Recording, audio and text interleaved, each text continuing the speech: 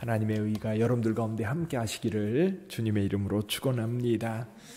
날씨가 갑자기 겨울이 된 느낌입니다.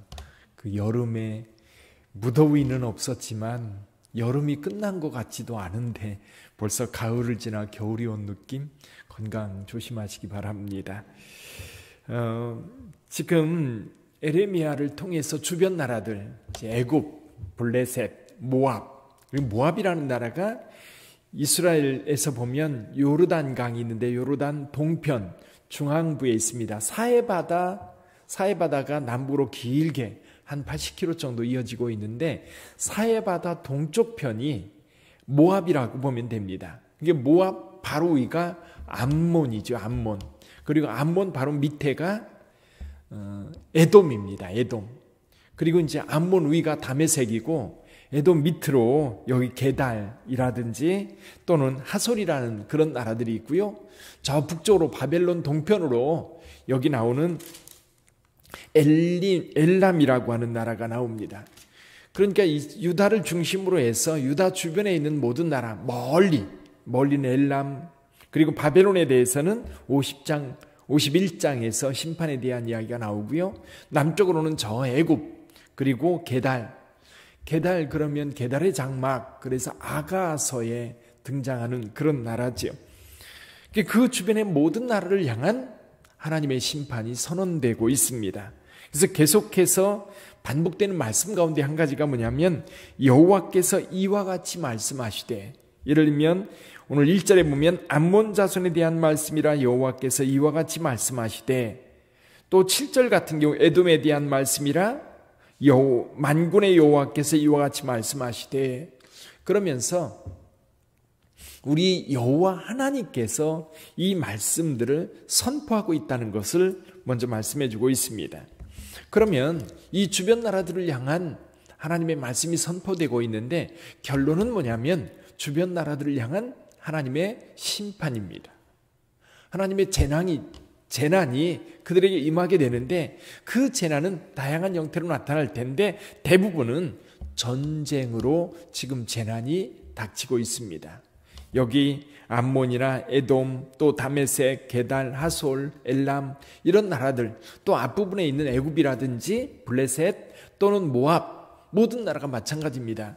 결국 하나님의 진노는 이 전쟁을 통해서 그들에게 심판으로 나타나고 있지. 그럼 원인이 뭐냐? 그렇죠? 지금 여기 암몬이나 에돔 같은 경우는 몇 가지 정리를 하고 있습니다.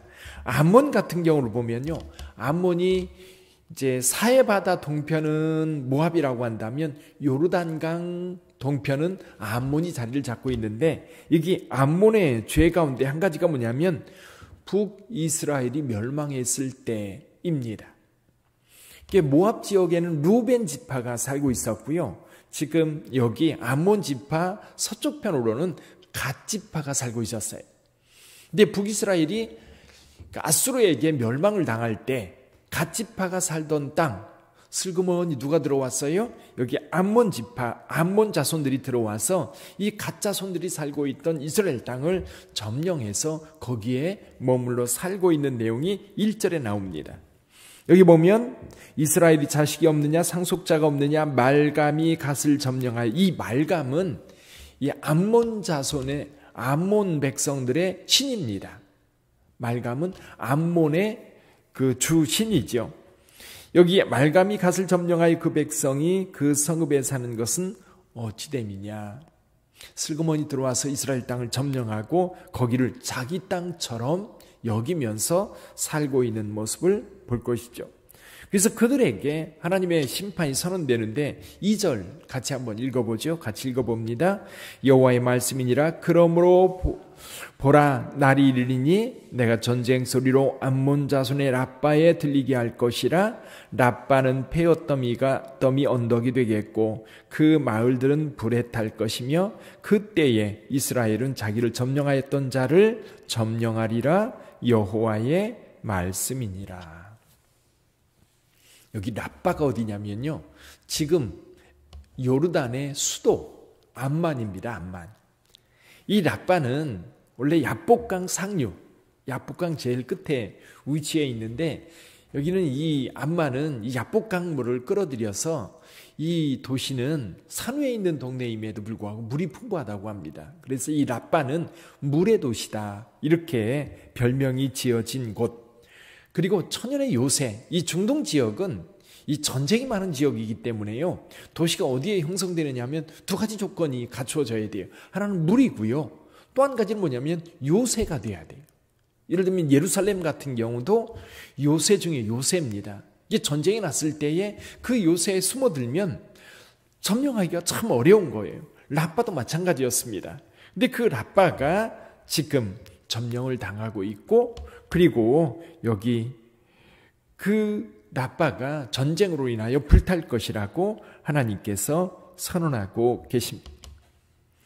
에돔도 사실은 이스라엘 주변에 있으면서 이스라엘과 그렇게 좋은 관계, 왜 이렇게 이웃들은 서로 갈등하고 다투는지 모르겠어요. 우리나라 같은 경우도 중국, 일본 가까이 있는 나라인데 사이좋게 지내면 참 좋을 텐데 이 사이좋게가 잘 안 돼요. 유럽도 마찬가지입니다. 영국과 독일, 영국과 프랑스, 프랑스와 독일, 그런 나라들이 인접한 국가들끼리 늘 전쟁이 있다 보니까요, 감정이 참 안 좋아요. 그러다 보니까 서로에게 상처를 많이 주게 되고 그것이 원한이 되는 것 같기도 합니다. 에돔 같은 경우를 볼까요? 에돔 같은 경우를, 이 에돔 같은 경우 한번 16절 한번 보시죠. 16절 같이 읽어봅니다. 바위 틈에 살며 산꼭대기를 점령한 자여, 스스로 두려운 자인 줄로 여김과 내 마음의 교만이 너를 속였도다. 내가 독수리같이 보금자리를 높은 데에 지었을지라도 내가 그리로부터 너를 끌어내리리라. 이는 여호와의 말씀이니라. 여기 그 바위 틈에 살며 산꼭대기를 점령한 자여, 뭘 상상하면 되냐면요, 페트라, 우리 지난번에 여행 갈 때 가신 분들이 계실 텐데요, 페트라를 생각하면 됩니다. 그 지역이 에돔 족속들이 살던 곳입니다. 이 페트라 협곡 세계 문화유산이고 굉장히 기이한 곳이지요. 그런 높은 곳에 거하다 보니까 전쟁이 나도 그 산속에 숨어버리면 어디 있는지를 찾을 수가 없는 거예요. 그러니까 에돔 사람들은 그런 교만함이 있었어요. 아까 라빠에 대한 이야기를, 라빠도 요새라고 얘기했고요, 에돔 족속들 마찬가지로 산속 깊은 곳에, 높은 곳에 거주하니까 전쟁이 났을 때에 점령하기가 쉽지 않은 거예요. 그러니까 이게 교만이 되는 겁니다. 누가 우리를 점령할까? 아무도 우리를 치지 못한다. 그래서 여기 독수리같이 높은 곳에 자리를 잡고 있다, 그 얘기가 나옵니다. 더군다나 에돔 족속 가운데 특이한 것이 뭐냐면 지혜입니다. 지혜. 여러분 욥기에 보면 대만 사람 엘리바스 기억나시죠? 대만. 이 대만이 바로 이 에돔 지역에 있는 도시 이름입니다.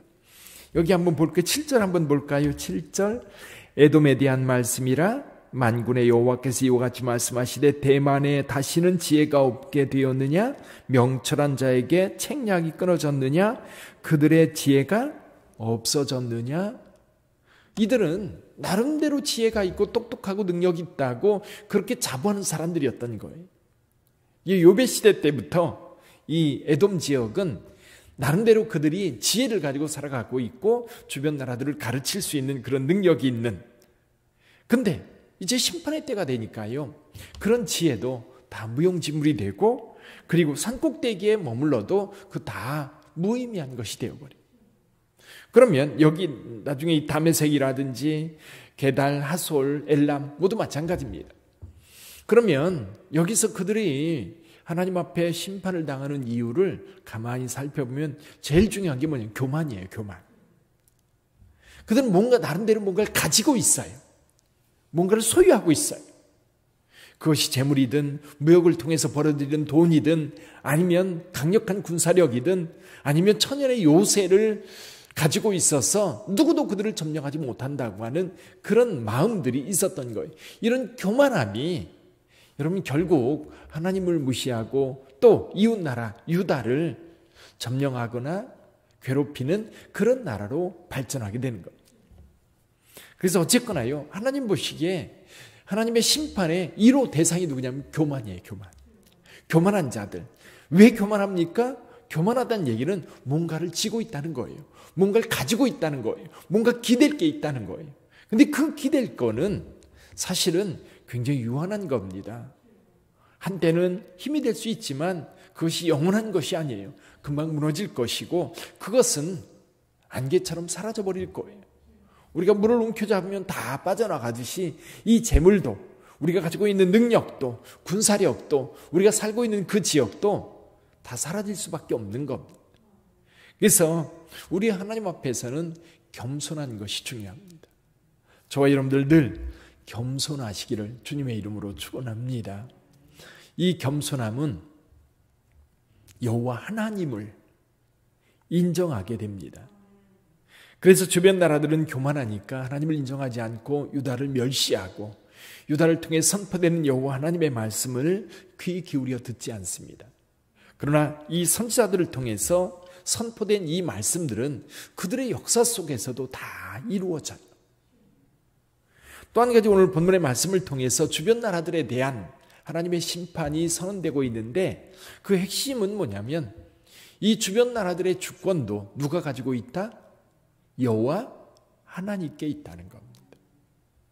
사랑하는 성도 여러분, 우리 여호와 하나님은요, 우리가 믿는 하나님은 우리만의 하나님이 아닙니다. 우리만의 하나님이 아니라 온 우주 만물의 하나님이세요.